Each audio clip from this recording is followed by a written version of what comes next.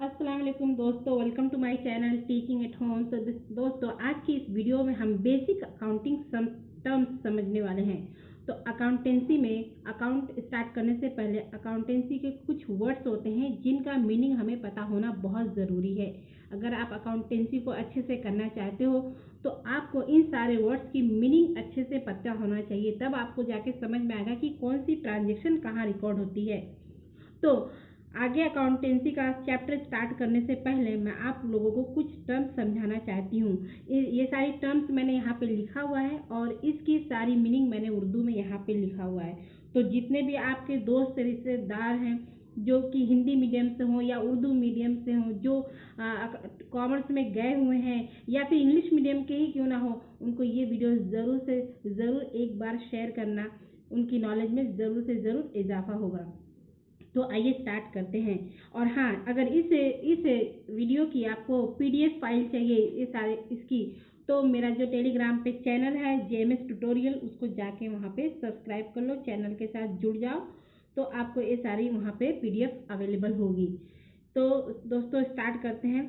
Start करने से पहले मैं आप लोगों को बता देना चाहती हूँ कि ये जो सारी टर्म्स मैंने यहाँ पे लिखी है वो बहुत ही इंपॉर्टेंट टर्म है और इतनी अच्छे से मैंने इसमें आप लोगों को एक्सप्लेन किया है कि शायद ही आपको इतनी इजी लैंग्वेज में कहीं मिलेगा। तो आइए स्टार्ट करते हैं। तो फर्स्ट जो दिया है वो क्या है, बिजनेस ट्रांजेक्शन। बिजनेस ट्रांजेक्शन किसे कहते हैं? अगर उर्दू में देखा जाए इसका मतलब तो होता है तिजारत में लेन देन, यानी जब भी हम कोई बिजनेस करते हैं तो हमें बहुत सारी ट्रांजेक्शन करनी पड़ती, गुड्स खरीदना पड़ता है, गुड्स को बेचना पड़ता है, सामान खरीदना बेचना पड़ता है, उन सारी चीज़ों को क्या बोलते हैं, बिजनेस ट्रांजेक्शन। ठीक है। सेकंड पे आता है इवेंट। लेन देन का जो रिजल्ट आता है उसे क्या कहते हैं, इवेंट। यानी कोई भी चीज़ आप खरीद रहे हो, बेच रहे हो, उससे कुछ प्रॉफिट हो रहा है, कुछ लॉस हो रहा है ना, वो सारी चीज़ों को क्या कहते हैं, इवेंट कहते हैं। क्या कहते हैं, इवेंट कहते हैं। थर्ड जो होता है वो अकाउंट। अकाउंट किसे कहते हैं? अकाउंटेंसी मतलब हिसाब किताब रखना, लेकिन अकाउंट किसे कहते हैं?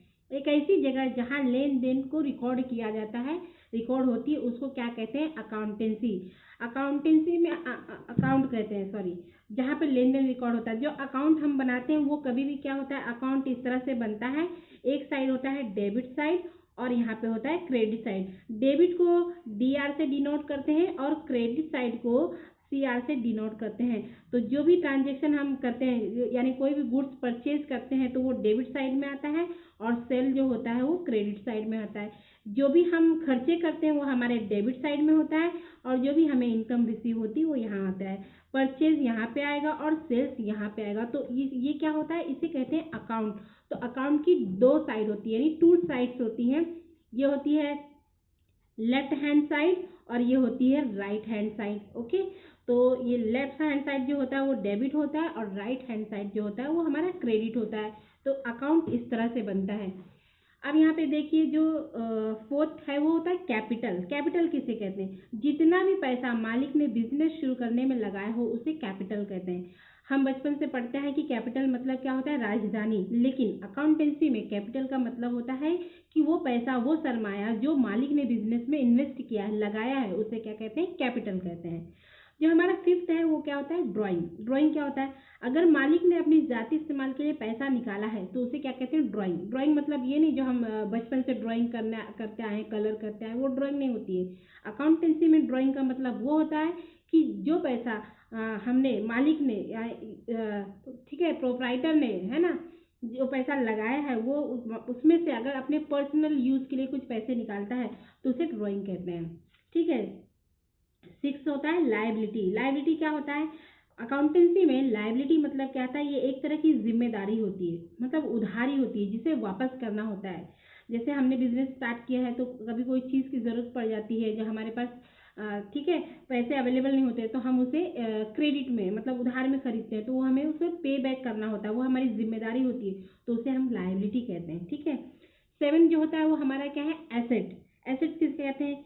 बिजनेस को देखो, मैं ऐसे शॉर्ट फॉर्म में इस तरह से लिखती हूँ, बिजनेस की प्रॉपर्टी होती है जितनी भी चीज़ें हम बिजनेस को बढ़ाने में मदद करती है, और वो सारी चीज़ें, या किसी से पैसा लेना हो, ये सारी चीज़ों को हम क्या कहते हैं, एसेट्स। फॉर एग्जाम्पल लैंड है, बिल्डिंग है, मशीनरी है, ठीक है, कबर्ड है, फर्नीचर है, तो ये सारी चीज़ें जो हमें यूज़ होती है बिजनेस को आगे फर्दर बढ़ाने के लिए, है ना। तो उस सारी चीज़ों को हम क्या कहते हैं, एसेट्स कहते हैं, ठीक है, बिजनेस में, जिससे बिजनेस का फायदा हो, ठीक है। 8 जो है वो क्या है, एक्सपेंसेस।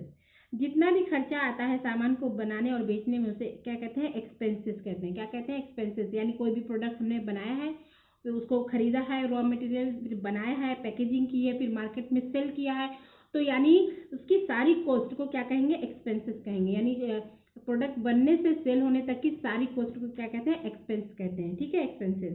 रेवेन्यू, जितना कमाया जाता है, हासिल हुआ है पूरा पैसा, है ना, जितना लेन देन से हासिल होता है उसे रेवेन्यू कहते हैं। फॉर एग्जाम्पल कि कोई गुड्स है, ठीक है, अब वो गुड्स कितने, 40,000 की थी, ठीक है, और हमने उसे 50,000 में बेचा, है ना, 50,000, तो टोटल जो 50,000 आएंगे, टोटल जो 50,000 आएंगे वो हमारा क्या होगा, रेवेन्यू होगा, ठीक है, वो क्या होगा, रेवेन्यू, यानी टोटल कीमत जो भी आएगी उसे रेवेन्यू कहते हैं। रेवेन्यू में कभी भी कॉस्ट, एक्सपेंस, इनकम सारी चीज़ें ऐड होती हैं, ठीक है। इनकम अलग है, एक्सपेंस अलग है, प्रॉफिट अलग है, यानी जितना भी टोटल कमाया गया है सबको रेवेन्यू कहते हैं। ये बहुत ही बड़ा डिफरेंस है इन लोगों में, ठीक है। 10th जो होता है वो क्या है, इनकम, यानी जो हमें मुनाफा हुआ है, ठीक है। जैसे 40,000 का गुड्स था, 50,000 में हमने बेचा, तो 10,000 जो उसमें मुनाफा हुआ उसे क्या कहेंगे, इनकम। क्या कहेंगे, इनकम। ये इनकम उसको कहते हैं जो टेम्परेरी बेसिस पे यूज होता है वर्ड। और एक आता है प्रॉफिट। प्रॉफिट मतलब ये फायदा ऐसा होता है जो पूरे साल का गिना जाता है, यानी पूरे साल में आपकी कंपनी को कितना फायदा हुआ है बिजनेस से, वो सारी चीजें प्रॉफिट में गिना जाता है। इनकम जो होती है वो टेम्परेरी होती है, और ये जो होता है प्रॉफिट ना, फिक्स पीरियड टाइम के लिए गिना जाता है, ठीक है। ये फर्क है इन दोनों में बेसिक। 12 पे आता है हमारा लॉस। लॉस क्या होता है, नुकसान। किसी भी ट्रांजेक्शन करने से जो हमारा नुकसान होता है उसे लॉस कहते हैं बिजनेस में, ठीक है। अब देखिए यहाँ पे है परचेज। परचेज किसे कहते हैं, जिस भी चीज में हम डील करते हैं उसे परचेज करने को क्या कहते हैं, परचेज कहते हैं। देखिए एक बाय होता है, एक परचेज होता है ना। तो बाय, कोई भी चीज को बाय करने के लिए आप बाय वर्ड यूज कर सकते हो, लेकिन परचेज मतलब आपका बिजनेस क्या है, किस चीज, मशीनरी परचेज किया, लैंड परचेज किया, तो वहाँ पे अकाउंटेंसी में ये परचेज वर्ड का इस्तेमाल होता है। जिस चीज में आप डील करते हो उसे जब खरीदते हो तो यहाँ पे परचेज का इस्तेमाल होता है, ठीक है। परचेज रिटर्न क्या होता है, जैसे आपने कोई सामान खरीदा और वो सामान में डिफेक्ट था तो आपने उसे रिटर्न कर दिया, सामान को वापस कर दिया, तो उसे कहेंगे परचेज रिटर्न, ठीक है। उसके बाद आता है सेल्स। सेल्स क्या होता है, जब सामान बिकेगा, मतलब आपका सामान आपने मार्केट में बेचा तो उसे कहेंगे सेल्स। लेकिन कभी कभी सामान में डिफेक्ट होता है और सामान रिटर्न आ जाता है तो उसे कहते हैं सेल्स रिटर्न। जब सामान वापस आ जाता है तो उसे कहते हैं सेल्स रिटर्न। उसके बाद में देखिए स्टॉक और इन्वेंट्री। तो स्टॉक को इन्वेंट्री भी कहते हैं। स्टॉक क्या होता है, जो सामान पड़े हैं बिके नहीं है उसे क्या कहते हैं, स्टॉक कहते हैं, यानी हमारा इतना स्टॉक बचा हुआ है। अब स्टॉक्स भी 2 टाइप के होते हैं, वन होता है ओपनिंग स्टॉक एंड अदर होता है क्लोजिंग स्टॉक। यानी जब आपने बिजनेस स्टार्ट किया था तो आपके पास कितना सामान था, कितना माल पड़ा हुआ था, उसे कहेंगे शुरू के बिजनेस में तो उसके कहते हैं ओपनिंग स्टॉक। और आपके पूरे साल में, कितने साल के आखिर में कितना माल बचा हुआ है उसे कहते हैं क्लोजिंग स्टॉक। तो स्टॉक जो होती है वो 2 टाइप्स के होते हैं, एक ओपनिंग स्टॉक होता है, क्लोजिंग स्टॉक होता है, ओके। अब 18 देखिए क्या है, ट्रेड रिसीवेबल्स। अब ये ट्रेड रिसीवेबल्स क्या होता है, ट्रेड मतलब क्या होता है, काम, तिजारत, जो आपका बिजनेस है, ठीक है, वो तिजारत। अब रिसीवेबल्स क्या होता है कि उसमें से जो मिलता है, तो अब इसमें 2 टर्म्स आती हैं ट्रेड रिसीवर्स में, क्या आती है, एक डेटर्स आती है। देखो ये डेप्टर लिखा जाता है लेकिन डेटर्स पढ़ते हैं, इसमें हमेशा बी जो होता है वो साइलेंट होता है, तो कभी भी इसे डेटर पढ़ना, ठीक है। डेटर मीन्स कस्टमर, यानी ऐसे लोग जो आपके पास से सामान लेके गए हैं उधार पे लेके गए हैं, उनसे आपको पैसा मिलेगा, ठीक है। ट्रेड रिसीवेबल्स यानी तिजारत में जितना पैसा हमें दूसरों से लेना है उसे ट्रेड रिसीवेबल्स कहते हैं, ठीक है। और जिससे लेना होता है उसे डेटर या कस्टमर कहते हैं, जिससे पैसा लेना होता है। और वो जो बिल्स होती है वो क्या होती है, जो हम उन्हें बिल्स देते हैं वो क्या होती है, बिल्स रिसीवेबल होती है, ठीक है। इसके बारे में हम आगे डिटेल में पढ़ेंगे, ठीक है। अभी के लिए इतना समझिए कि जब डेटर्स होता है उससे कनेक्टेड क्या होता है, बिल्स रिसीवेबल होता है, ठीक है। ये ट्रेड रिसीवेबल के 2 पार्ट है इसमें, ठीक है। अब आके देखते हैं ट्रेड पेबल्स। ट्रेड पेबल्स क्या होते हैं, जिसको हमें पैसा देना है, यानी हम कोई बिजनेस कर रहे हैं तो हमें भी तो रॉ मटेरियल या दूसरी चीज़ें, प्रोडक्ट दूसरे लोगों से खरीदना पड़ेगा, ठीक है। तो वो जो हमें सप्लाई करते हैं, माल जो हमें देते हैं, सप्लायर जो हमारे होते हैं वो हम उनके क्या होते हैं, क्रेडिटर होते हैं, यानी हम क्रेडिटर होते हैं, हमें पैसा देना होता है, ठीक है। लेना, जब लेना होता है तो कस्टमर से हम लेते हैं, लेकिन जब हमें देना होता है तो यानी हम क्रेडिटर बन गए, यानी ये हमारे जो सप्लायर हैं उनको हमें देना है, ठीक है। इस केस में तो उस केस में जो बिल्स होती है वो बिल्स पेएबल होती है, क्योंकि बिल को क्या करना है, पे करना है, ठीक है, जो भी अमाउंट है।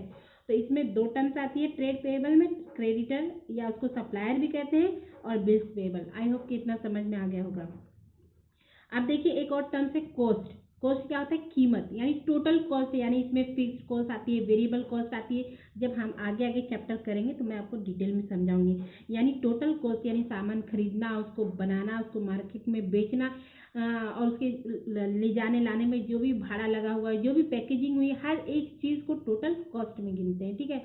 कॉस्ट की भी बहुत सारी टाइप है, वो मैं आगे आपको समझाऊंगी। फिलहाल के लिए इतना समझिए कि कॉस्ट मतलब टोटल खर्चे हमारे।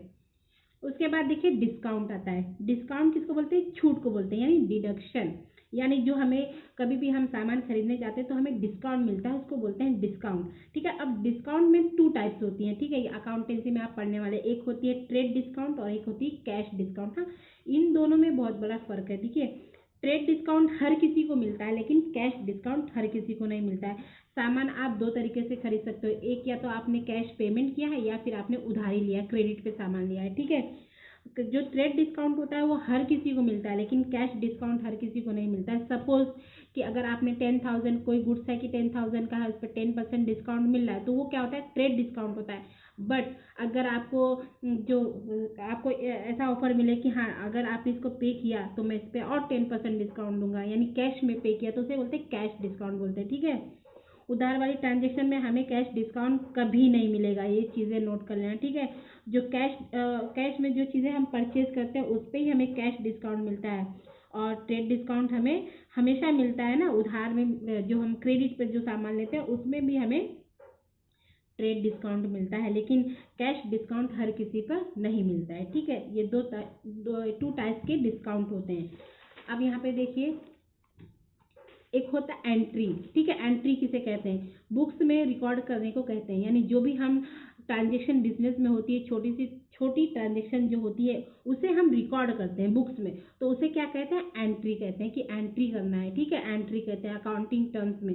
उसके बाद देखिए बैड डेब्ट्स आता है। बैड डेब्ट्स किसे कहते हैं, वो पैसा जो किसी से लेना था अब वो नहीं मिलेगा। सपोज आपने किसी को सामान 10,000 पे क्रेडिट पे दे दिया है, लेकिन वो हमारा क्या है, डेटर्स है। डेटर्स वो होता है, फिर वो हमें फ्यूचर में रिटर्न करने वाला था पैसा, लेकिन सडनली उसकी डेथ हो गई, यानी अब वो पैसा नहीं मिलेगा, डूब गया पैसा, तो उसे कहते हैं बैड डेप्ट। बैड डेप्ट ऐसा डेप्ट होता है, ऐसा कर्ज होता है जो हमें वापस नहीं मिलता है, ठीक है, इसे बैड डेप्ट कहते हैं अकाउंटिंग टर्म्स में।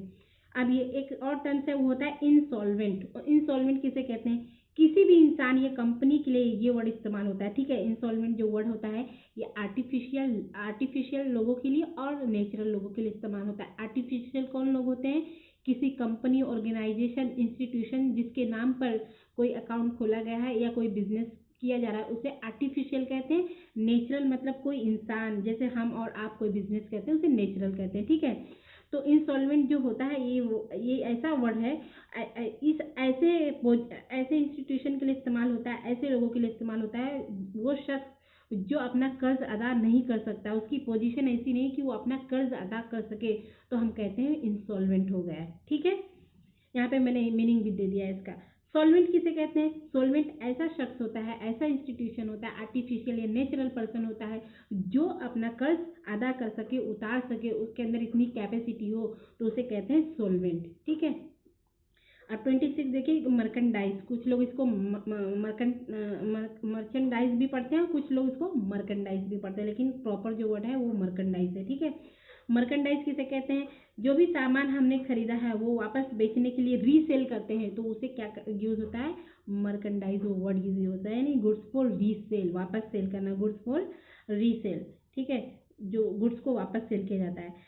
अब 27 पे है लाइफ स्टॉक। लाइफ स्टॉक किसे कहते हैं, कोई कुछ बिजनेस में एनिमल का यूज होता है, ठीक है, एज ए एनिमल हम रखते हैं कुछ कुछ बिजनेस में, उसे क्या कहते हैं, लाइफ स्टॉक कहते हैं। जिस बिजनेस में एनिमल का इस्तेमाल हो उसे कहते हैं लाइफ स्टॉक। तो दोस्तों आई होप कि आपको ये वीडियो पसंद आया होगा। अगर पसंद आया है तो इसे लाइक करें, शेयर करें, और हाँ ज़्यादा से ज़्यादा लोगों को शेयर करें ताकि सबकी हेल्प हो सके। इसके बाद ही नेक्स्ट मंथ में मैं आप लोगों के लिए इतना बड़ा सरप्राइज लेके आने वाली हूँ मेरे चैनल पर। मैं सारे जो 5 ईयर्स के पेपर हैं, सारे सब्जेक्ट के अकाउंटेंसी, स्टैटिस्टिक, ओसी और इको, इस ये 4 सब्जेक्ट के सारे 5 ईयर्स के पेपर का सॉल्यूशन भी मैं आप लोगों को देने वाली हूँ। फिलहाल मेरे पास बुक्स नहीं है, पीडीएफ फॉर्म में अवेलेबल है, तो मैं मुझसे जितना हो सकता है इस मंथ में मैं कोशिश करूँगी, बट नेक्स्ट मंथ में आपको बहुत ही अच्छी अच्छी वीडियो मिलने वाली है। तो मेरे वीडियो को लाइक करें और ज़्यादा से ज़्यादा लोगों को शेयर करें। और हाँ, टेलीग्राम चैनल अगर अभी तक आपने ज्वाइन नहीं किया तो प्लीज़ उसे ज्वाइन कर लीजिए। वहाँ पे मैं सारी पीडीएफ आप लोगों को शेयर करूँगी ताकि आपकी प्रिपरेशन और अच्छे से हो। तो अगर ये वीडियो आपको पसंद आया हो तो इसे ज़रूर शेयर करें। Thank you.